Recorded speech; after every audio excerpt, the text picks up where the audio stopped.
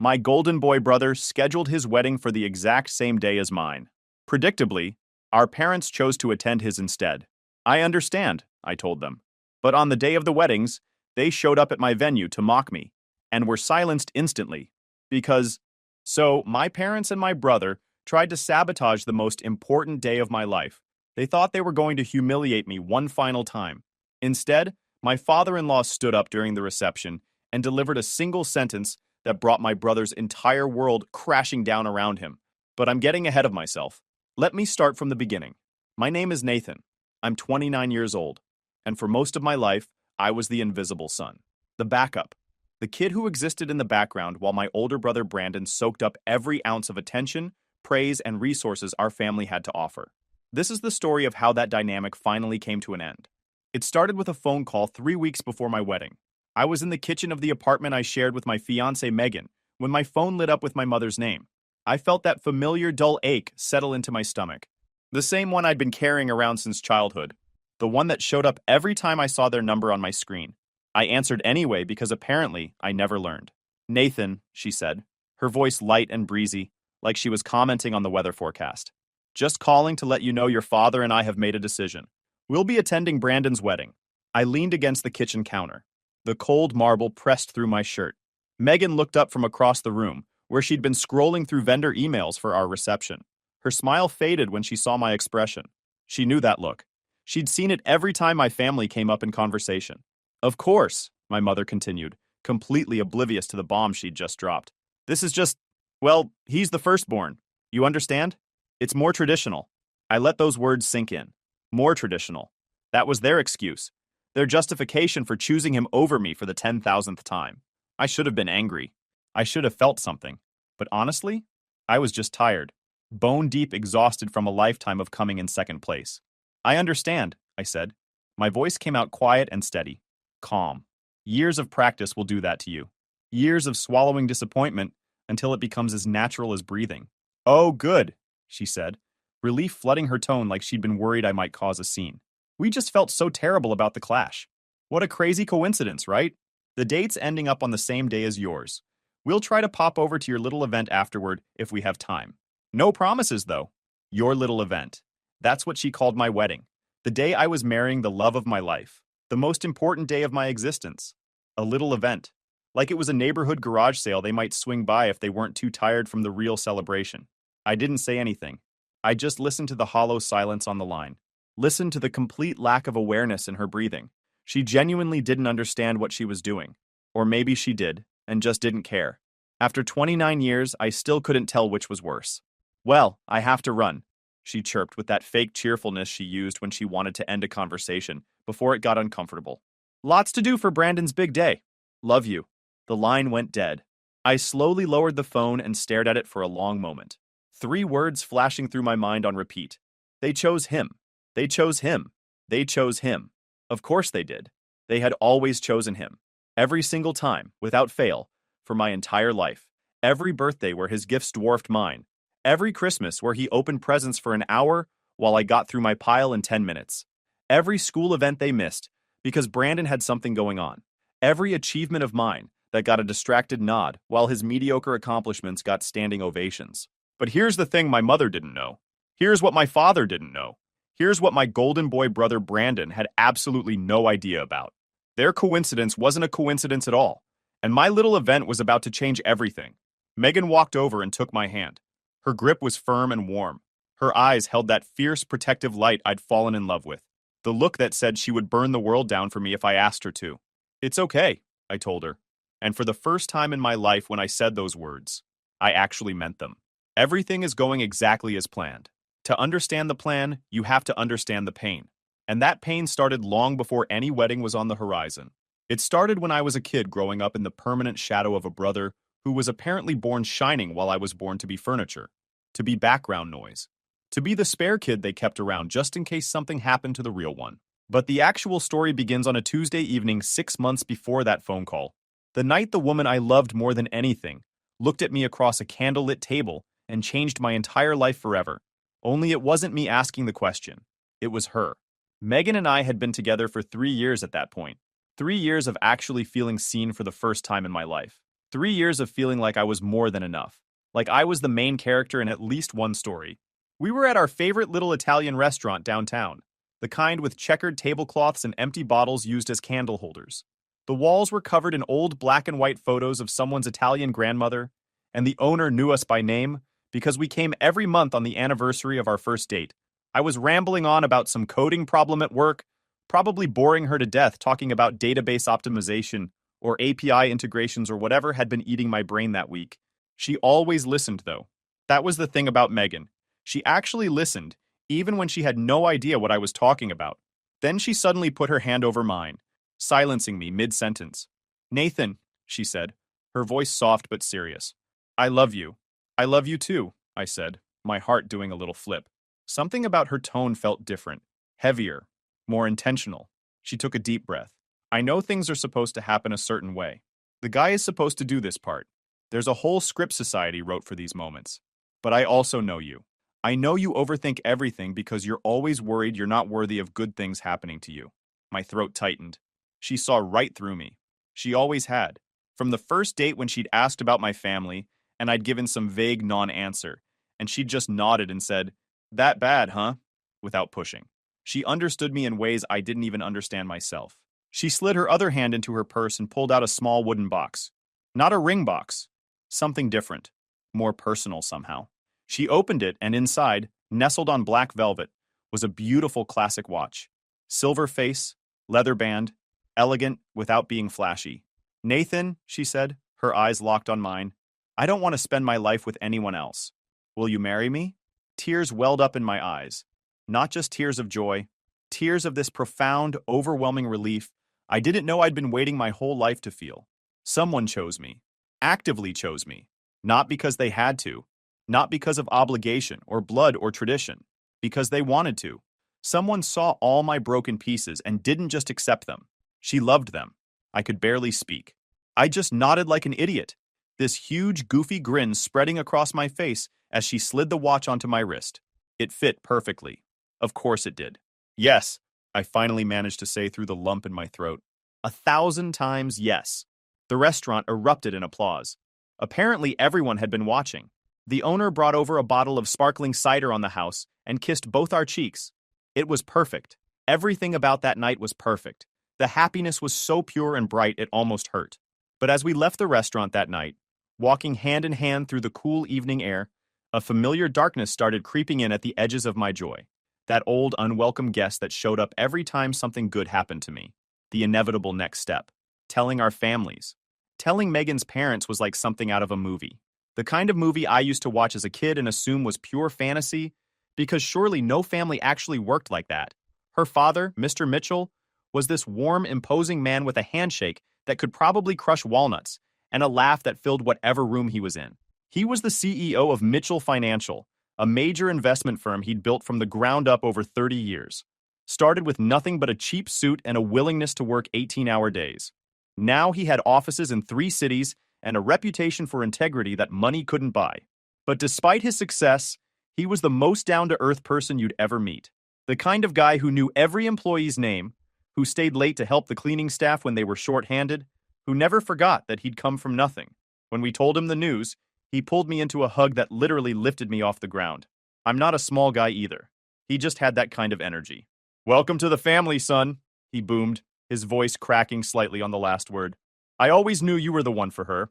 Her mother, a woman of incredible grace and warmth who ran a nonprofit providing scholarships to first-generation college students, kissed my cheek and told me she'd always hoped I'd be the one. "You make her laugh," Mrs. Mitchell said, holding my hands in hers. "Real laughs. The kind she had as a little girl. That's all a mother wants for her daughter." They were a real family. The kind I'd only ever read about in books or seen in movies. The kind I'd assumed were fictional, because my experience told me families didn't actually work that way. Then Mr. Mitchell clapped me on the shoulder. "Well, we'll have to meet your parents. Get everyone together for a proper celebration dinner." And just like that, the darkness I'd been pushing away came flooding back in. My parents. My brother. The thought of introducing them to this wonderful family made my stomach churn. Because here's the thing about my family. Growing up in my house was like living on a stage where my older brother Brandon was the star of every single show. The leading man. The main attraction. The reason anyone bought tickets. He was 2 years older than me, effortlessly charming, athletic in that natural way some people just are without trying. Good looking too, with the kind of face that got him out of trouble and into opportunities. He was the son, capital letters, the one they'd been waiting for. And I was just the little planet that quietly orbited around him, perpetually in his shadow, perpetually invisible, the understudy who never got to perform. Our family photo albums were a testament to this dynamic. I found them once when I was about 15, tucked away in the attic, and spent an entire afternoon looking through them. Page after page of Brandon hitting home runs in Little League, Brandon holding debate trophies, Brandon at science fairs with projects that our mom had clearly helped with, Brandon smiling between our proud parents at every milestone.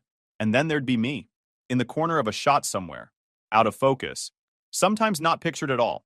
There was one entire album from a family vacation to the Grand Canyon where I appeared in exactly 2 photos, both times in the background, like I was just some random tourist who happened to photobomb their perfect family trip. I remember one Christmas when I was about 9 years old. It's the memory that always comes back first when I think about my childhood. All I wanted was this big Lego space station set. I'd circled it in the toy catalog for months, drew arrows pointing to it, left the catalog open on the kitchen counter as a hint, mentioned it approximately 3,000 times. On Christmas morning, I tore through my presents with that desperate hope kids have, but the Lego set wasn't there. Instead, I got some hand-me-down clothes that were 2 sizes too big, a book about birds that I'd never expressed any interest in, and a pack of socks. Socks. For a 9-year-old. On Christmas. Then Brandon opened his last gift, the big one that had been sitting under the tree taunting me all morning. It was the Lego space station. "We knew you'd love it, sweetie," my mother cooed at him, clapping her hands together. "You're so good at building things." He wasn't. That was the thing. Brandon had never shown the slightest interest in building anything. He'd get bored and smash whatever he was working on after 5 minutes. I was the one who would spend hours in my room patiently putting models together piece by piece. I was the one who actually wanted that set. I looked at my dad, my eyes pleading. Surely he saw the injustice. Surely he would say something. He just shrugged. "Your brother's older, Nathan. He gets first pick. You know the rules." What rules? What rules said the older kid got to take what the younger kid actually wanted? I'd never heard these rules before. They seemed to appear whenever convenient to justify whatever Brandon was getting.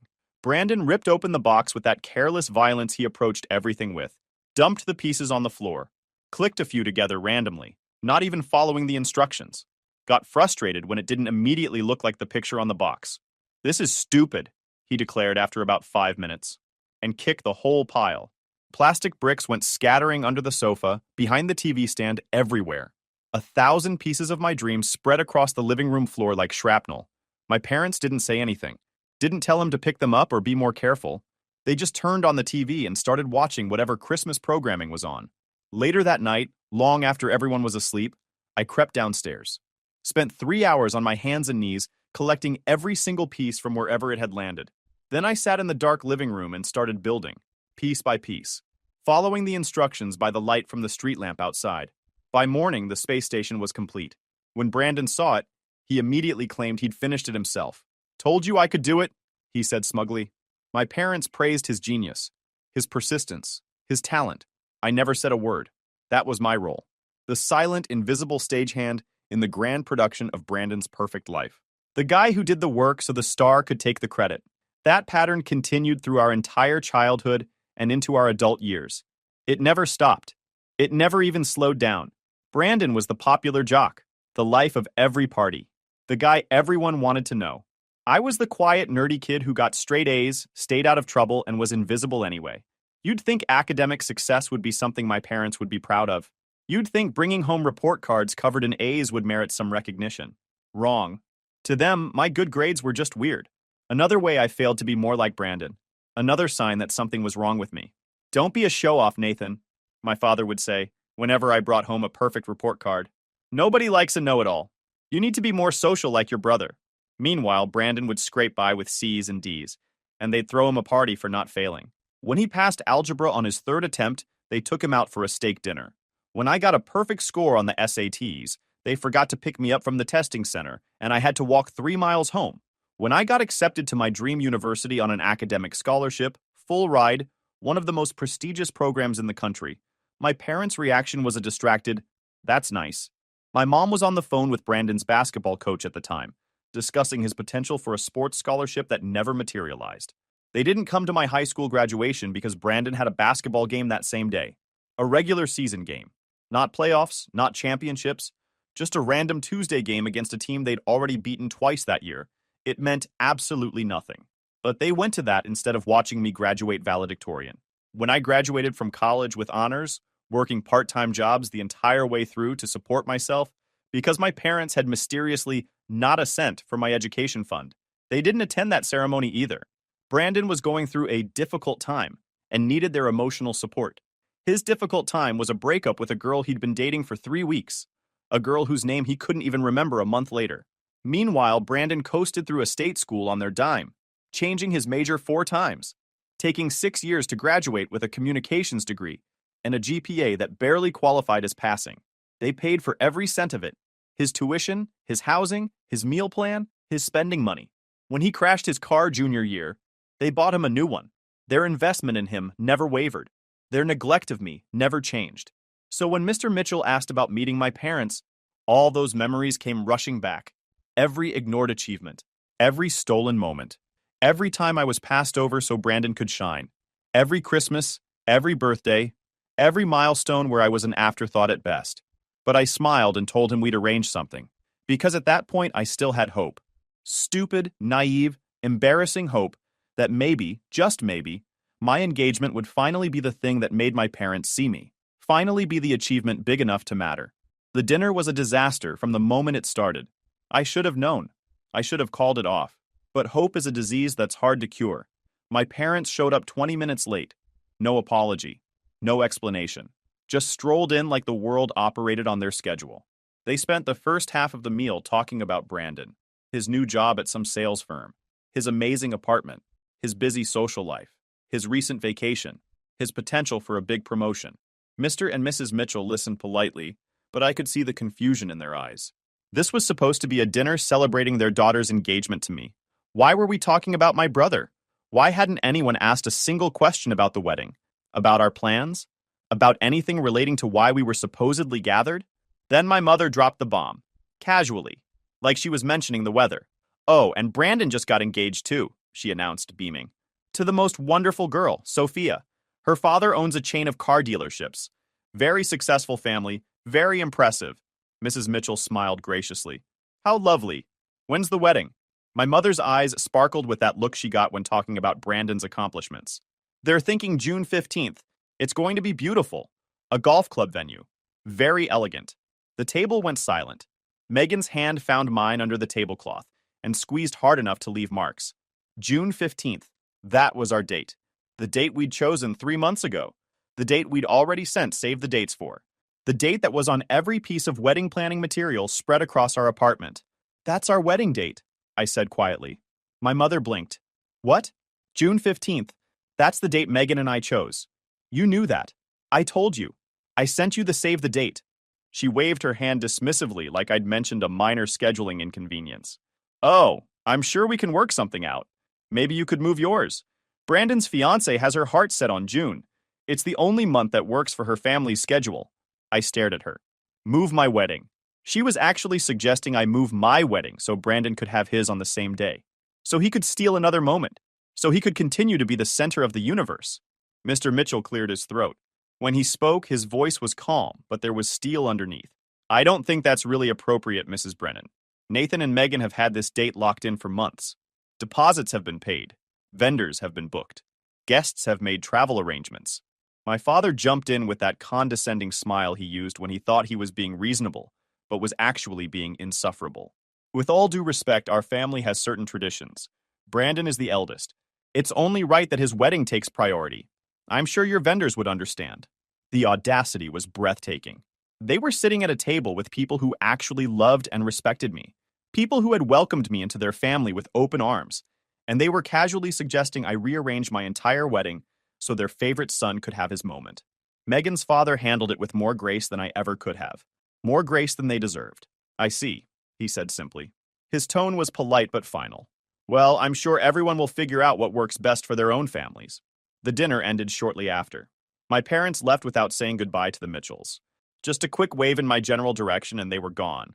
Already on the phone with someone, probably Brandon, laughing about something. That night, Megan held me while I processed what had happened. They're not going to change, she said softly. You know that, right? They're never going to be different. I did know. I'd always known. But there's a difference between knowing something in your head and feeling it shatter in your heart. We're keeping our date, I said. Obviously, she replied. And Nathan, whatever happens, I chose you. My family chose you. That's not going to change. Ever. Over the next few months, I did something I'd never done before. I stopped hoping things would be different and started paying attention to how they actually were. Really paying attention. To Brandon. To his fiancée. To this whole situation that smelled fishier by the day. And what I discovered was illuminating. Brandon didn't have a great job. He had a mediocre position at a mid-tier sales firm where he did the bare minimum and coasted on charm. The big promotion my parents kept mentioning was pure fiction.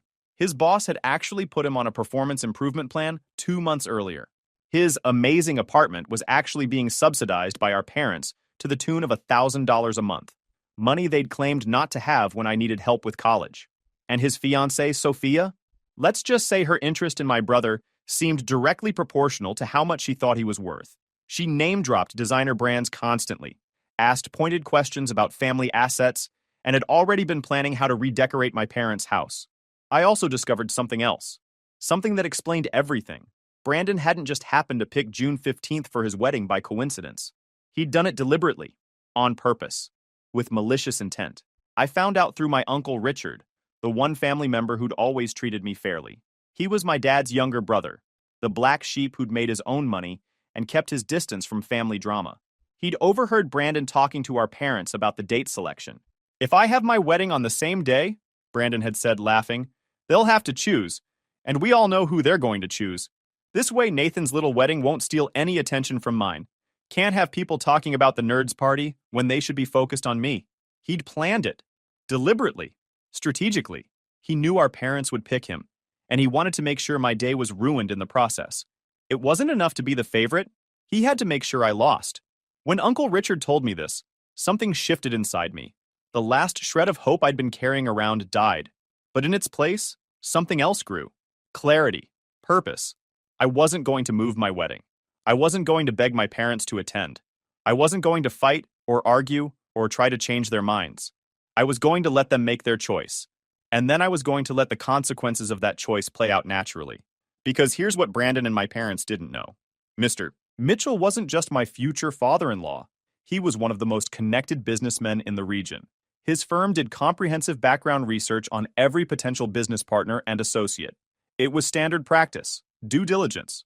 And when he'd heard about Sophia's family and their supposedly impressive car dealership empire, he'd done a little digging, just curious, just being thorough. What he found was very interesting. June 15th arrived bright and beautiful. Clear skies, perfect temperature, the kind of day that felt like the universe was giving its blessing. Our ceremony was at a gorgeous garden venue that Megan had dreamed about since she was a little girl.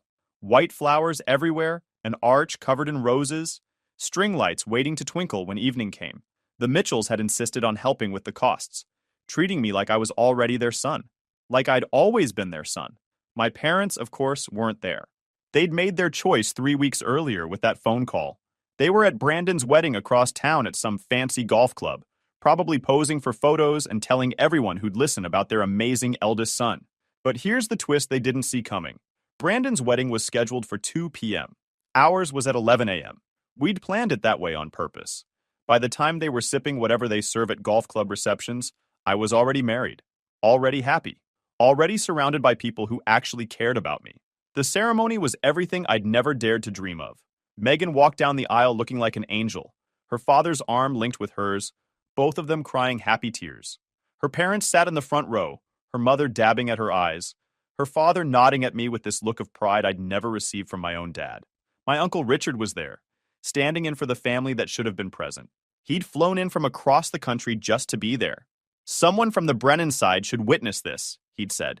Someone who actually has a functioning heart. When I said I do, I meant it with every fiber of my being. This woman had seen me, really seen me. Not the invisible kid, not the lesser brother, me. And she'd chosen me anyway. That meant more than anything my birth family could have ever given me. The reception was in full swing, people laughing and dancing and celebrating, when it happened. Around 4 p.m., a commotion started near the entrance. The music didn't stop, but voices rose. I turned to look and felt my stomach drop. There were my parents. My mother in an ostentatious dress clearly chosen to outshine everyone. My father in an expensive suit I'd never seen before. And behind them, Brandon and Sophia, still in their wedding attire. The bride's dress probably cost more than my car. They hadn't come to celebrate with me. They hadn't come to apologize or make amends. The expressions on their faces made their purpose crystal clear. They'd come to gloat. My mother spotted me and made a beeline over, that smug smile on her face that I knew so well. The smile that always preceded something cruel, dressed up as concern. "Oh, Nathan, what a cute little party," she said, loud enough for nearby guests to hear. Her voice dripped with condescension. "We just came from Brandon's wedding. It was absolutely magnificent. The golf club, the flowers, the four-course meal. You should have seen it. Everyone who matters was there. The mayor, business leaders, important people." Brandon sauntered up behind her, Sophia clinging to his arm like a trophy. "Yeah, bro, sorry you missed it. Family obligations and all. Had to be with the real celebration. But hey, at least you had this, whatever this is. It's very quaint." Sophia giggled. "Is this one of those backyard receptions? How sweet.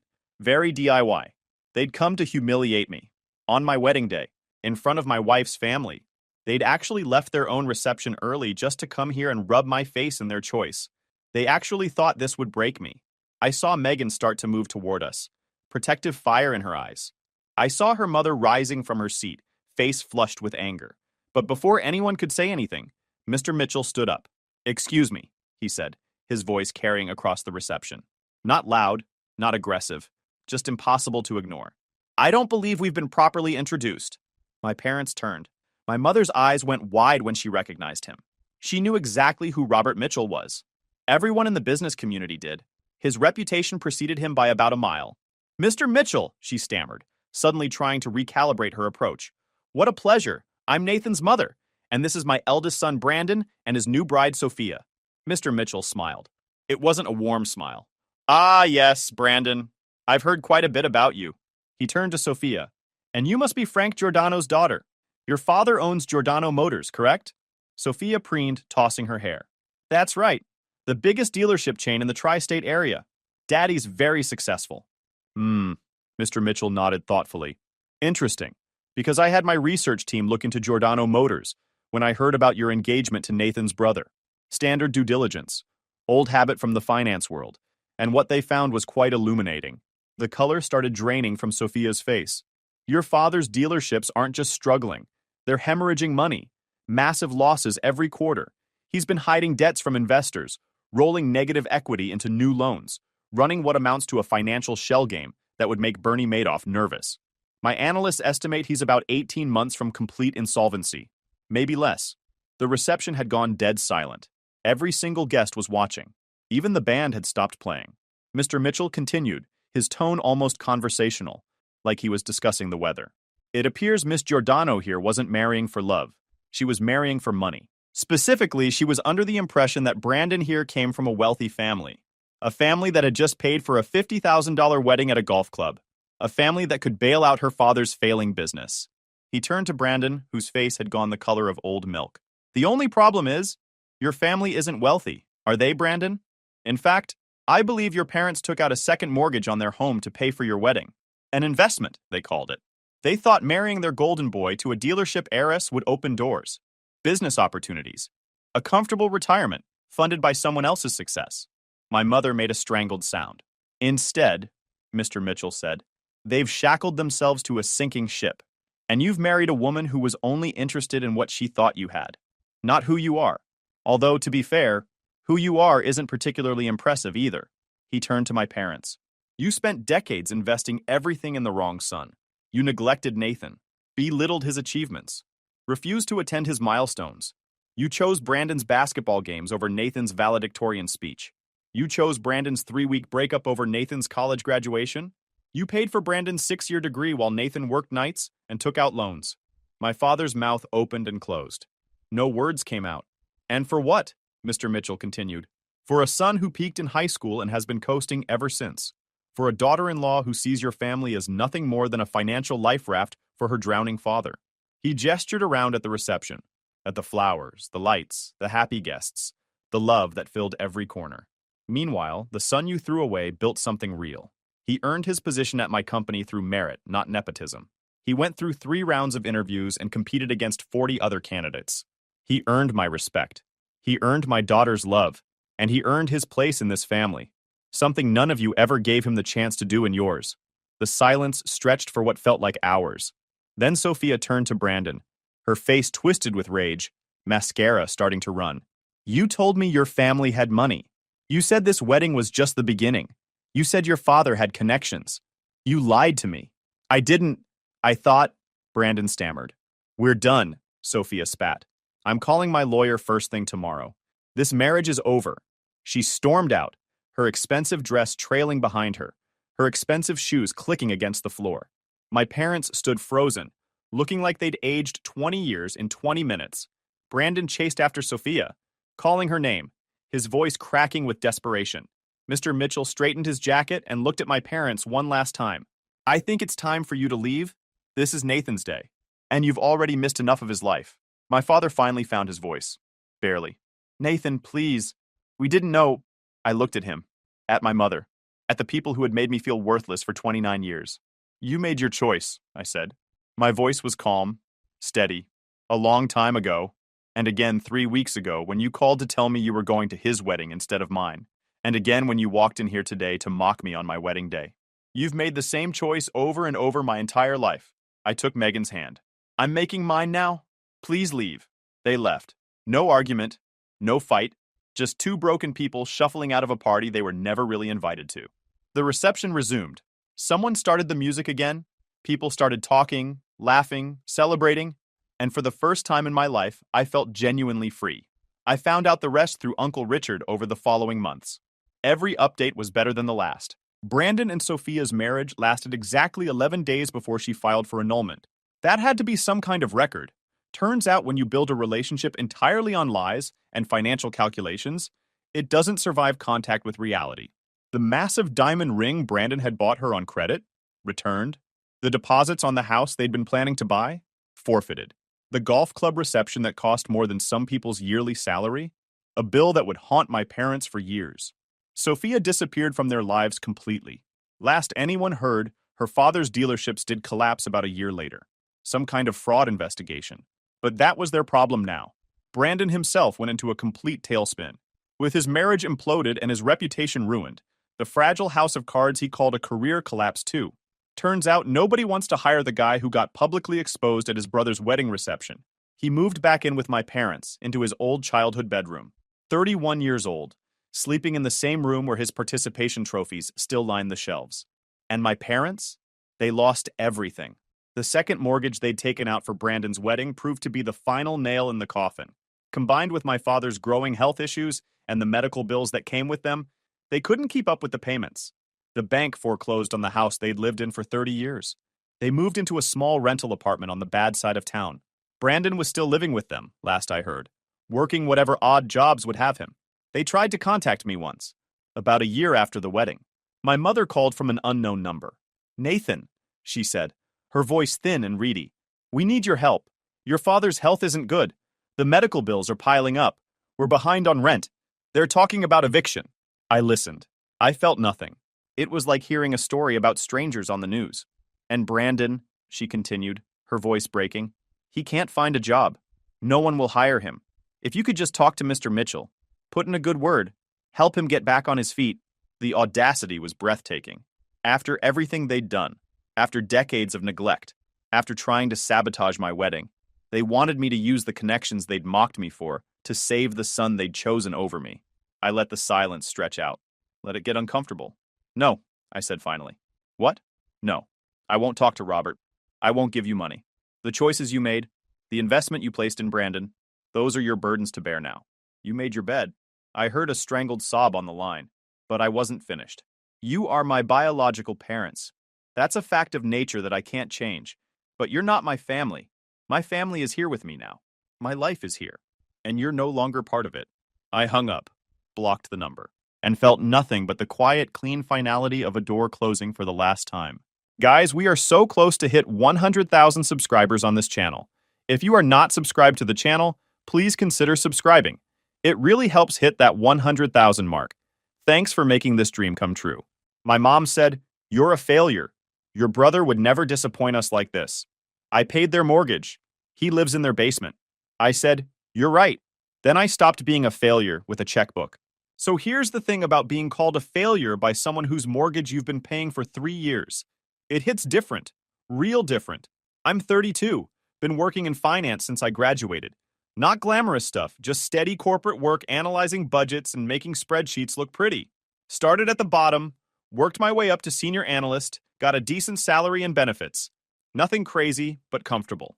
The kind of job where you don't stress about buying groceries or getting an oil change. My younger brother Danny is 28. He lives in my parents' basement. Has for 6 years now. He's got a degree in communications that he's never used, works part-time at a sporting goods store, and spends most of his free time gaming or hanging with his buddies. My parents act like he's going through a rough patch. 6 years is not a patch. That's a lifestyle choice. But Danny's the baby. The surprise kid they had when I was 4. The one who could do no wrong even when he was doing literally everything wrong. I learned early that being the responsible older brother meant being invisible unless something needed fixing or someone needed money. Let me paint you a picture of how this whole thing started. About 5 years ago, my parents called me up sounding stressed. Dad had just retired from his job at the post office, Mom hadn't worked in years, and their retirement savings weren't stretching as far as they'd hoped. They were looking at their mortgage payment every month like it was a death sentence. Their house isn't fancy.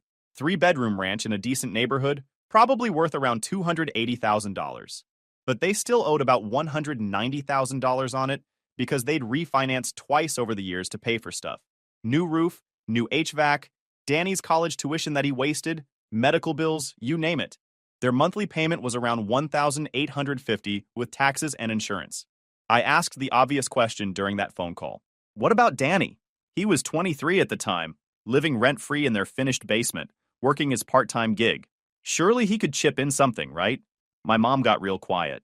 Then she hit me with the line that I'd hear 1,000 variations of over the next few years. Well, Danny's still trying to figure things out. He's not in a position to help right now, but you're doing so well at your job. Translation. Danny gets a free pass because he's Danny. You get the bill because you made the mistake of being responsible. I was making about $68,000 at the time. After taxes, rent on my apartment, student loans, car payment, and basic living expenses, I wasn't exactly swimming in cash, but I also wasn't drowning. And these were my parents. You help family, right? That's what you're supposed to do. So I started sending them $1,200 a month. Not the full mortgage payment, but enough to make a serious dent. I figured it was temporary. Dad would adjust to retirement. They'd figure out their budget. Maybe Danny would get a full-time job and start contributing. I gave it 6 months in my head before things would balance out. That was 3 years ago. The $1,200 became routine. Every month, like clockwork, I'd transfer the money. My parents would send me a thank you text that got shorter and less enthusiastic as time went on. First month, it was a whole paragraph about how grateful they were and how they'd pay me back. By month 6, it was just, "Got it, thanks." By year 2, it was nothing. The money just disappeared from my account, and nobody acknowledged it anymore. Meanwhile, Danny's situation never changed. Still part-time at the sporting goods store, still living in the basement, rent-free, still going out with his friends every weekend while I was eating meal prep and declining invitations to save money. I started asking questions around the 1-year mark. Casual stuff at first. How's Danny doing? Any luck with the job hunt? My mom would get defensive immediately. He's applying places. The job market is tough. He's working on his resume. The excuses piled up faster than job applications. I pushed a little harder at 18 months. Suggested maybe Danny could pay some rent. Even $400 a month would help. My dad actually laughed. Said Danny needed to save money for when he moved out. I asked when that might be. Dad just shrugged. The thing that really killed me was watching them treat Danny like he was doing them a favor by existing. My mom would cook his favorite meals, do his laundry. My dad would slip him cash for going out. They bought him a newer used car when his old one died, because he needs reliable transportation for work. The part-time job that was 15 minutes away. I was sending $1,200 a month to keep a roof over all their heads, and Danny was getting allowance money. I didn't say anything, though. I just kept sending the money and quietly resenting every dollar. My apartment was fine, but nothing special. I drove a 10-year-old sedan that needed new strakes. I hadn't taken a real vacation in 2 years. My 401k contributions were lower than they should be for my age. But hey, at least my parents weren't losing their house. Around the 2-year mark, I got a promotion. Senior analyst to lead analyst. Came with a 15,000 salary bump. I was excited. Finally, some breathing room. Maybe I could actually start saving for a down payment on a house. Maybe take that trip to Colorado I'd been planning. I made the mistake of mentioning the promotion at Sunday dinner. My parents congratulated me, seemed genuinely happy. Then my mom asked the question that should have been a red flag the size of Texas. So does this mean you can help us out a little more each month? I just stared at her. I'd been sending them $1,200 a month for 2 years. Never missed a payment. Never complained. And the first thing she asked about my raise was whether she could have some of it. I'm already sending you over $14,000 a year, I said, keeping my voice level. That's a lot of money. My dad jumped in. We know, and we appreciate it. But with inflation, everything costs more now. Property taxes went up. Utilities are higher. It would really help if you could bump it up to maybe $1,500. I looked at Danny, who was scrolling through his phone and eating the pot roast my mom had made special because it was his favorite. He didn't even look up. What about Danny contributing something? I asked. That's when my mom got that look, the one that said I'd crossed a line. Danny's not in the same position you are. He's still finding his way. He's 25, I said. He's been finding his way for 6 years. Maybe it's time he found it faster. My dad's face got red. Your brother is doing his best. Not everyone can be a hotshot finance guy. I wasn't a hotshot anything. I was a guy who showed up to work and did his job. But pointing that out would just make things worse. So I dropped it. Told them I'd think about increasing the amount. Finished my dinner. Drove home. I didn't increase the amount. Kept it at $1,200. My parents didn't push it again, but I could tell they were disappointed. My mom's texts got a little cooler. My dad stopped calling as much. Danny never noticed because Danny never paid attention to anything that didn't directly affect him. The breaking point came about 6 months ago. I'd been sending money for 2.5 years at that point. Total of around $36,000 if you're counting. I wasn't counting, but my budget spreadsheet sure was. I went over for dinner on a Sunday. My parents seemed off. Tense. I figured they'd had a fight or something. Happens in every marriage. I didn't think much of it until we sat down to eat. My mom had made this elaborate meal. Roasted chicken, mashed potatoes, 3 different vegetables, homemade rolls. The kind of meal that takes hours to prep. The kind she usually only made for holidays or special occasions. That should have been my first clue something was up. We made small talk through dinner. Dad asked about work. I told him about a project I was leading. Mom asked if I was seeing anyone. I said no. Hadn't had time for dating. Danny contributed nothing to the conversation as usual. Just shoveled food in his face and checked his phone every 30 seconds. After dinner, we moved to the living room. My mom brought out coffee and this fancy dessert she'd bought from the bakery. Another red flag I missed because I was too busy enjoying the first cake I'd had in months. Then my dad cleared his throat. That throat clear, that means something uncomfortable is about to be said. I knew that sound. I'd heard it before every awkward conversation we'd ever had. So, we wanted to talk to you about something, he started. Here we go, I thought. They want more money. I was already mentally preparing my argument for why 1,200 was my limit. Your mom and I have been talking, and we think it's time we had a serious discussion about your future. Wait, what? My future? I thought we were talking about their mortgage. My mom jumped in. We're worried about you. You're 32 years old and you're still alone in that apartment. No girlfriend. Working all the time. You never go out or have fun. I looked at her. I work hard because I have bills to pay, including helping you guys out every month. My dad waved that away like it was nothing. We appreciate that, but we're concerned you're not living your life. You need to focus on yourself more. Find someone. Start a family. This was rich, coming from the people who'd been hitting me up for money for 2.5 years. But okay, maybe they had a point. Maybe I was working too much and not making time for personal stuff. Then my mom dropped the bomb. We think you're being selfish. I actually laughed. Couldn't help it. Selfish? How am I being selfish? You only think about yourself, she said, getting that righteous tone she used when she was about to say something completely unreasonable, but wanted it to sound reasonable. You work all the time. You never visit unless we ask. You don't help out around here. Your father needed help moving furniture last month, and we had to call the neighbors because you were too busy. I had been at a required work conference 3 states away. I'd explained this. Apparently, that didn't count as a valid excuse. I send you money every month, I said slowly, trying to keep calm.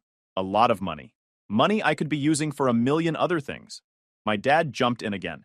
And we're grateful. But money isn't everything. We need your time and effort too. We need you to be present. I was present every Sunday for dinner. I called twice a week. I helped with yard work when they asked and I was available. But none of that counted apparently.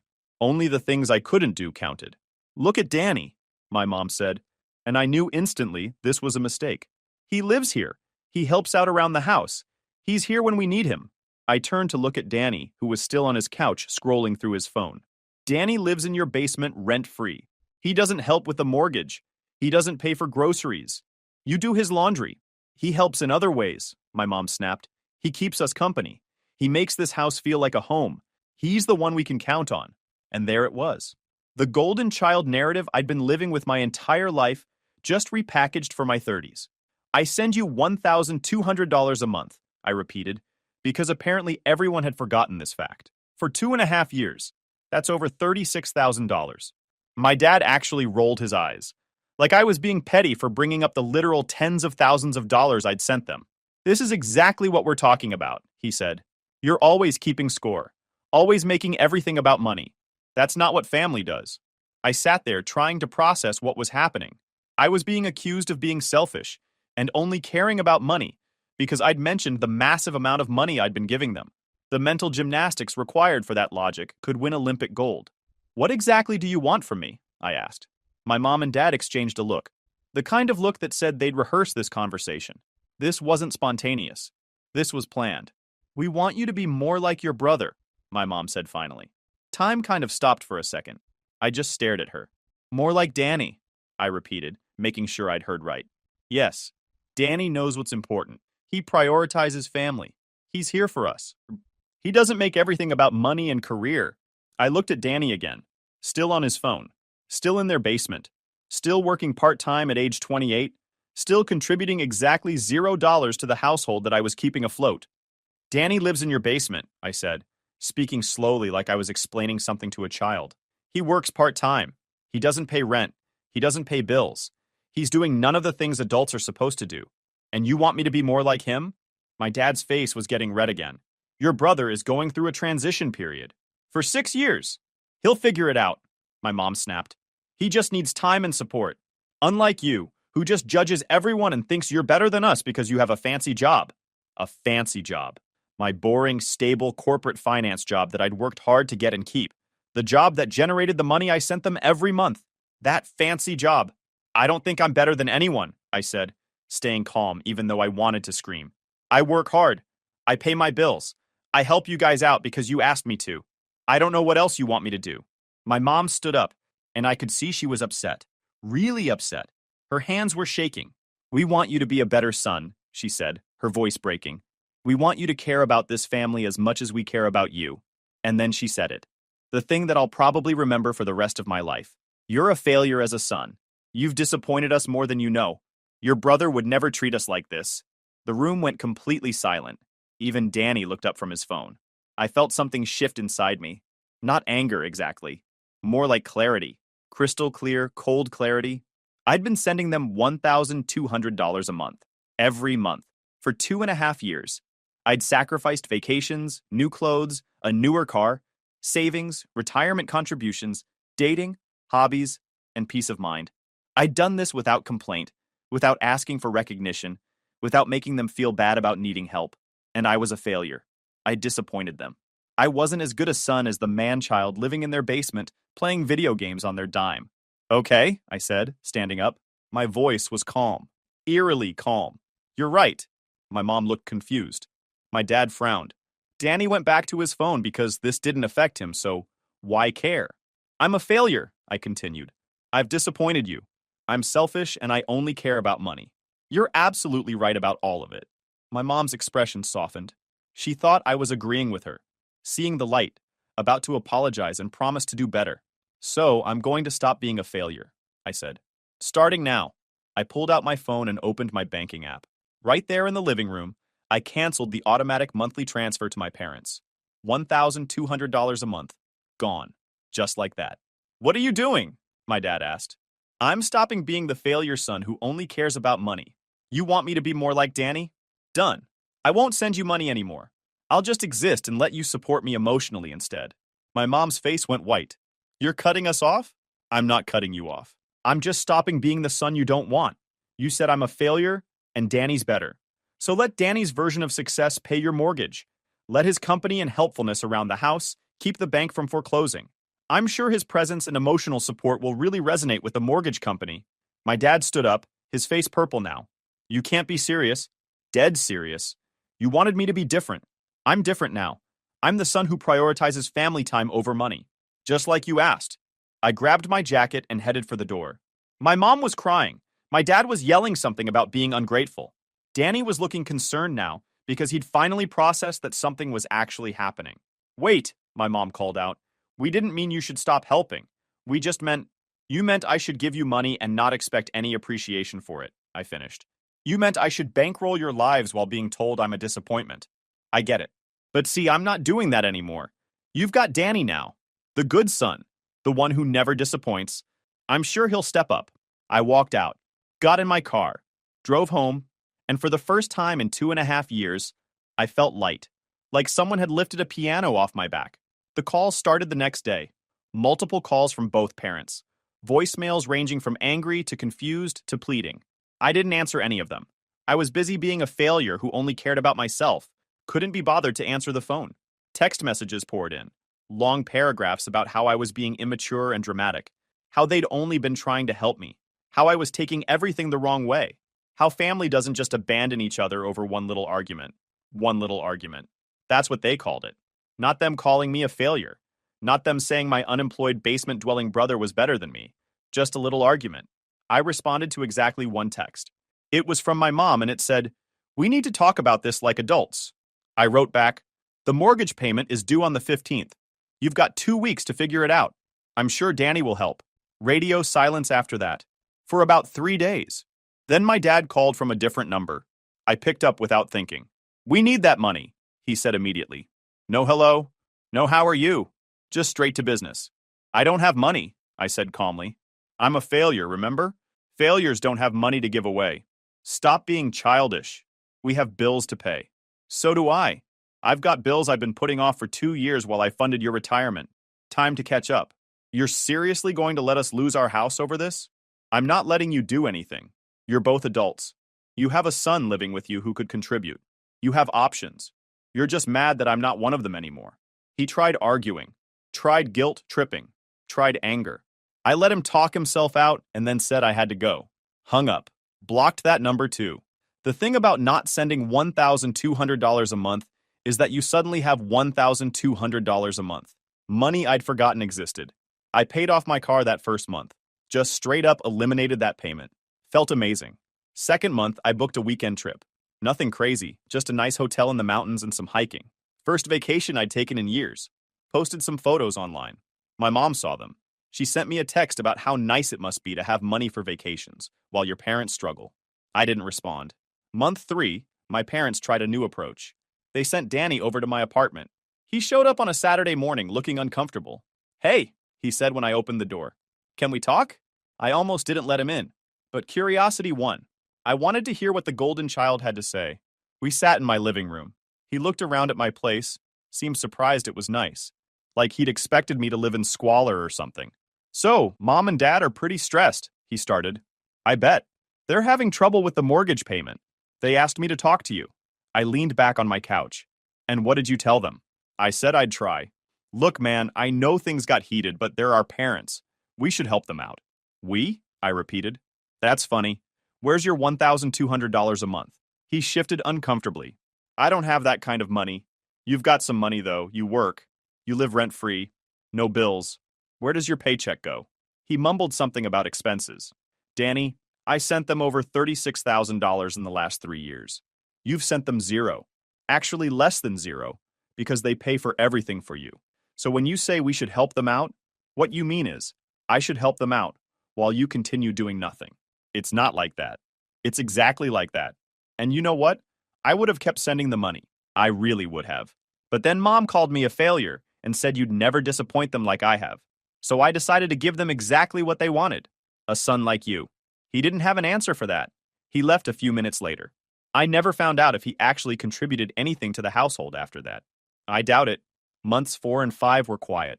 I heard through extended family that my parents were struggling. They'd had to cut back on a lot of stuff. No more cable TV package. No more eating out. Mom was clipping coupons again. Dad was looking at part-time jobs to make ends meet. I didn't feel bad. I probably should have, but I didn't. Every time I thought about helping them, I remembered my mom's face when she called me a failure.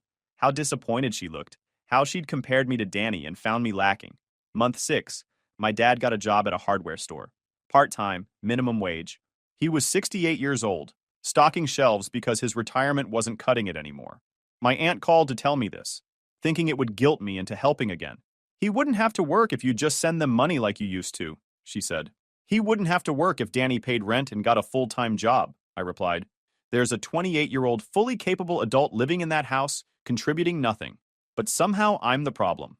She didn't have much to say after that. Around month 7, something interesting happened. I got a call from my uncle, Mom's brother. He'd heard the whole story from my parents' side, which I'm sure painted me as the villain. I'm calling because I talked to Danny, he said. Kid told me he tried to talk to you, and you basically told him to get lost. That's one version. Here's my version. You're both idiots. Your parents are idiots. This whole family is a mess. I actually laughed. Uncle Jim had always been the blunt one. Your parents had no business asking you for that much money every month. That's their mortgage, their responsibility. But you also shouldn't have just cut them off without warning. They called me a failure, I said, after years of me helping them. They compared me to Danny, who's never helped anyone, including himself. Yeah, I heard. Your mom's an idiot. Always has been when it comes to Danny. Your dad, too. They babied that kid into uselessness. But here's the thing.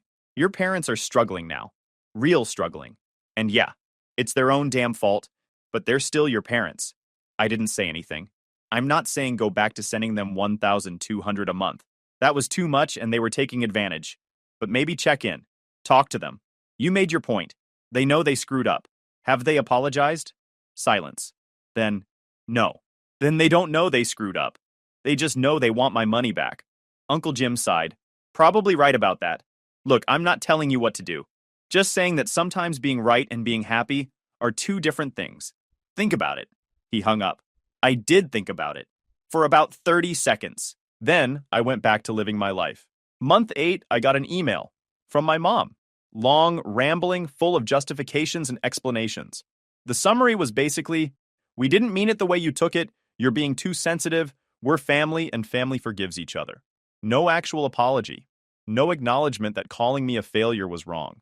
No recognition of the 3 years of financial support they'd taken for granted. Just we're family, and you should get over it. I deleted the email. Month 9, my dad had a heart scare. Nothing major, just some chest pain that turned out to be stress and indigestion. But my aunt called me all dramatic saying I should come to the hospital, because family should be there for each other. I sent flowers to the hospital. Nice ones. Expensive arrangement. The card said, hope you feel better soon. That was it. My aunt called me back furious. Flowers? Your father almost died and you sent flowers? He had indigestion. The doctor confirmed it. That's not the point. Actually, that's exactly the point. If it had been serious, I would have come. But it wasn't. And sending flowers is a perfectly appropriate response to someone being in the hospital for indigestion. She called me heartless and hung up. I added the flower expense to my spreadsheet under money I couldn't spend while funding their retirement. Month 10, winter holidays came around. First Thanksgiving in 3 years, I didn't go to their house. I went to a friend's instead. Had an amazing time. Met a girl there, actually. We exchanged numbers. My mom sent me a text on Thanksgiving morning. We're disappointed you won't be here today. Danny's bringing his girlfriend. It would have been nice to have both our sons. Danny had a girlfriend now. Good for him. Maybe she'd get him out of the basement. I doubted it, though. I didn't respond to the text. I was too busy having a good time with people who didn't think I was a failure. Month 11, right before the December holidays, my parents showed up at my apartment. Unannounced. Together. Looking rough. My dad had lost weight. My mom looked tired. They asked if they could come in. I almost said no, but curiosity won again. We sat in my living room, all 3 of us awkward as hell. We wanted to talk to you, my mom started. I'm listening. My dad took over. We've been struggling financially since you stopped helping. We had to refinance the house again, just to make ends meet. Dad's working part-time now, but it's not enough. We're behind on bills. I nodded but didn't say anything. We're asking if you'll help us again, my mom said. Not the full amount like before. Maybe just 500 or 600 a month. Anything would help. What about Danny? I asked. They exchanged a look. Danny's working on some things, my mom said vaguely. He's still in the basement? He's saving money to move out. Is he paying you rent while he saves? Another look between them. That was a no. So Danny's still living there rent-free, working part-time, contributing nothing financially, but somehow I'm supposed to send you $500 a month. We're desperate, my dad said, and I could hear it in his voice. He was actually desperate. This wasn't manipulation. They were genuinely struggling. But here's the thing about being called a failure by someone. It does something to you. Changes how you see them. Changes what you're willing to do for them. I'm sorry you're struggling, I said, and I meant it. But I'm not sending you money. Why not? My mom asked, tears starting. We're your parents. We raised you. You owe us. And there it was. The real heart of it. They thought I owed them. Not because I wanted to help. Not because we had a good relationship. But because I owed them for being born and raised. I owe you? I repeated. Let me tell you what I don't owe you. I don't owe you money because you chose to have kids. I don't owe you money because you mismanaged your finances. I don't owe you money because you enabled Danny into uselessness. And I definitely don't owe you money after you called me a failure and told me to be more like my unemployed brother. My mom was full on crying now. We didn't mean that. We were just upset. No, you meant it. You've always meant it. Danny's the good one. I'm the disappointing one who only cares about money. Well, congratulations. You got exactly what you wanted. I care about money now. My money, my savings, my future, my retirement, my life. My dad stood up. You're being cruel. I'm being honest. There's a difference. They left. My mom was sobbing. My dad looked defeated. I felt like garbage for about an hour. Then I remembered the 3 years of $1,200 a month and felt fine again. That was 2 months ago. I haven't heard from them since. The house is still in their name, so I assume they worked something out. Maybe they actually made Danny contribute. Maybe they downsized. Maybe they found other family to hit up. I don't know, and honestly, I don't care enough to find out. What I do know is that I've paid off all my debt except my student loans. I've got an emergency fund that could sustain me for 6 months. I'm maxing out my 401k contributions. I bought myself a new car. I'm dating that girl I met at Thanksgiving, and it's going really well. I took another vacation last month. I'm living the life I should have been living 3 years ago. The life I would have been living if I hadn't been guilted into funding my parents' retirement while they coddled my brother into permanent adolescence. Sometimes I think about reaching out, calling to see how they're doing, but then I remember my mom's face when she called me a failure. I remember how easily she said it, how she really believed Danny was better, despite all the evidence to the contrary. And I remember that I'm not a failure. I'm a success who got tired of being treated like an ATM by people who couldn't even pretend to be grateful. The mortgage company doesn't care about disappointment. They don't care about family dynamics or who's the good son. They care about money. Cold, hard, on-time money. Turns out I care about the same thing now. Funny how that works. My money, my choice, my life. And honestly, I've never been happier. Update. Posted 3 weeks later. A lot of people have asked for an update, so here goes. Things got interesting last week. Got a call from Danny. First time he's contacted me since he came to my apartment almost a year ago. He actually sounded different. Less entitled, more tired. We need to talk, he said. About what? Can you just come to the house, please? I thought about saying no, but something in his voice made me curious. So I drove over that Saturday morning. The house looked rough. Not falling apart or anything, but you could tell money was tight. The lawn needed work. Paint was chipping in places.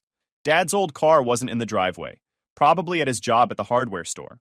Danny answered the door. He looked different too. Skinnier. Older. Like he'd aged 3 years in the past 12 months. We sat in the kitchen. Same kitchen where they'd called me a failure. Felt weird being back.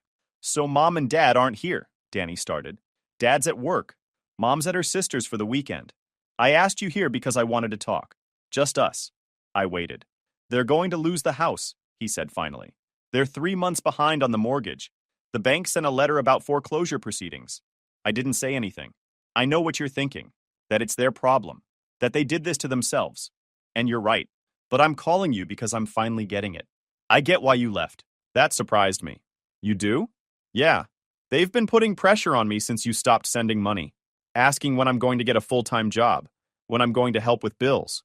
Mom keeps saying stuff like, We wouldn't be in this mess if you'd step up like your brother did. It's been almost a year of this. I actually laughed. Welcome to my entire life. I know, I'm sorry, man. I really am. I was so caught up in my own situation that I didn't see what they were doing to you, how they were using you. So what changed? Danny ran his hand through his hair. Dad sat me down last month, told me I needed to pay rent or move out, said they couldn't afford to support me anymore. We got into this huge fight because I was like, where am I supposed to go? I don't have money saved. And he said, maybe you should have thought about that for the past 6 years.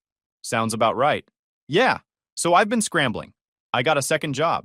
I'm working full-time at the sporting goods store now, plus weekends at a restaurant. I'm trying to save up to move out, but it's hard. Everything's expensive, and I'm giving them $800 a month for rent now. $800? That's more than I was paying when I lived at home. They need it. They're desperate. The retirement money's basically gone. Dad's job barely covers anything. Mom's talking about getting a job, but she hasn't worked in like 25 years. Nobody wants to hire her. I processed this. They were really struggling, and Danny was finally stepping up. Why are you telling me this? I asked. Because I wanted you to know that I finally get it. What you were doing, how much you sacrificed, and how shitty they treated you for it. I'm living it now, and it sucks. You want me to come back and save them? No, Danny said, surprising me again. I'm not asking you to send money. I know that ship sailed. I'm just asking if you'll talk to them. Help them figure out a plan. You're good with money and budgets and all that. Maybe you can help them see what their options are. I sat there thinking. My first instinct was to say no and leave. But Danny looked genuinely remorseful. And he was actually working 2 jobs now. Actually contributing. Actually growing up. Even if it took a crisis to make it happen. I'll think about it, I told him. He nodded. That's fair. And man, for what it's worth, I'm sorry. For all of it. For being a leech. For not standing up for you when they called you a failure. For everything. That apology meant more than he probably knew. It was the first real acknowledgement I'd gotten from anyone in my family that they'd been wrong. I left shortly after, drove home, thought about it for a few days. Then I made a decision. I called a family meeting, told them all to be there Saturday at 2 p.m. Dad took off work. Mom came back early from her sister's. Danny was already there. We sat in that same living room where this all started. I'm going to say this once, I started. I'm not giving you money. That's not why I'm here. But I'll help you figure out a financial plan if you're serious about fixing this. My parents looked at each other. My mom opened her mouth, probably to argue or make excuses. Before you say anything, I cut her off. I need to hear something from both of you. I need to hear that you understand why I stopped helping. I need to hear that you get what you did wrong. Silence. Long silence. So long I thought they weren't going to say anything. Finally, my dad spoke. We took you for granted. We expected you to keep helping without showing appreciation. And we compared you to Danny in a way that was completely unfair. You were carrying us financially, and we treated you like you weren't doing enough. That was wrong. It wasn't eloquent. It wasn't perfect, but it was something. I looked at my mom. She was crying. Again. But this time felt different. I called you a failure, she said quietly, when you were being anything but. You were the one holding us together, and I told you that you weren't good enough. I meant to hurt you, and I did. I'm sorry. There it was. An actual apology. A year late, but still. Okay, I said. Here's the deal. I'll help you make a budget and figure out your options. I'll look at your finances and tell you what I think you should do. But I'm not giving you money. That bridge is burned. Danny's going to keep paying his $800 a month because he's an adult living in your house. And you're both going to accept that your retirement plans need serious adjustment. They agreed. We spent the next 3 hours going through their finances. It was worse than I thought. They'd been living beyond their means for years. Even before I started helping, the refinancing had maxed out their home equity. They had credit card debt I didn't even know about. Medical bills from Dad's heart scare that insurance only partially covered. I laid it out straight. They had 3 options. 1. Sell the house. Use the equity to pay off debts and downsize to something affordable. Maybe a small condo or apartment. 2. Get a roommate. They had a spare bedroom. Rent it out for extra income. It wouldn't cover everything, but it would help. 3. Both get part-time jobs, and Danny keeps paying rent while also saving to move out as fast as possible. Cut every possible expense. No cable, no eating out, no extras of any kind. Survive until they could get stable. None of these were fun options. All of them required sacrifice and change. But those were the only realistic paths forward. They chose option 3 for now, with option 1 as a backup if things didn't improve in 6 months. Since then, things have been different. My mom got a part-time job at a grocery store. My dad's still at the hardware store. Danny's working his 2 jobs and actually saved enough to move into an apartment with a roommate next month. We're not exactly close. I don't go to Sunday dinners. I don't call twice a week, but we're civil. We text occasionally. I'm not carrying them anymore, but I'm not completely cut off either. They're figuring it out. Slowly, painfully, but they're doing it. Guys, we are so close to hit 100,000 subscribers on this channel. If you are not subscribed to the channel, please consider subscribing. It really helps hit that 100,000 mark. Thanks for making this dream come true.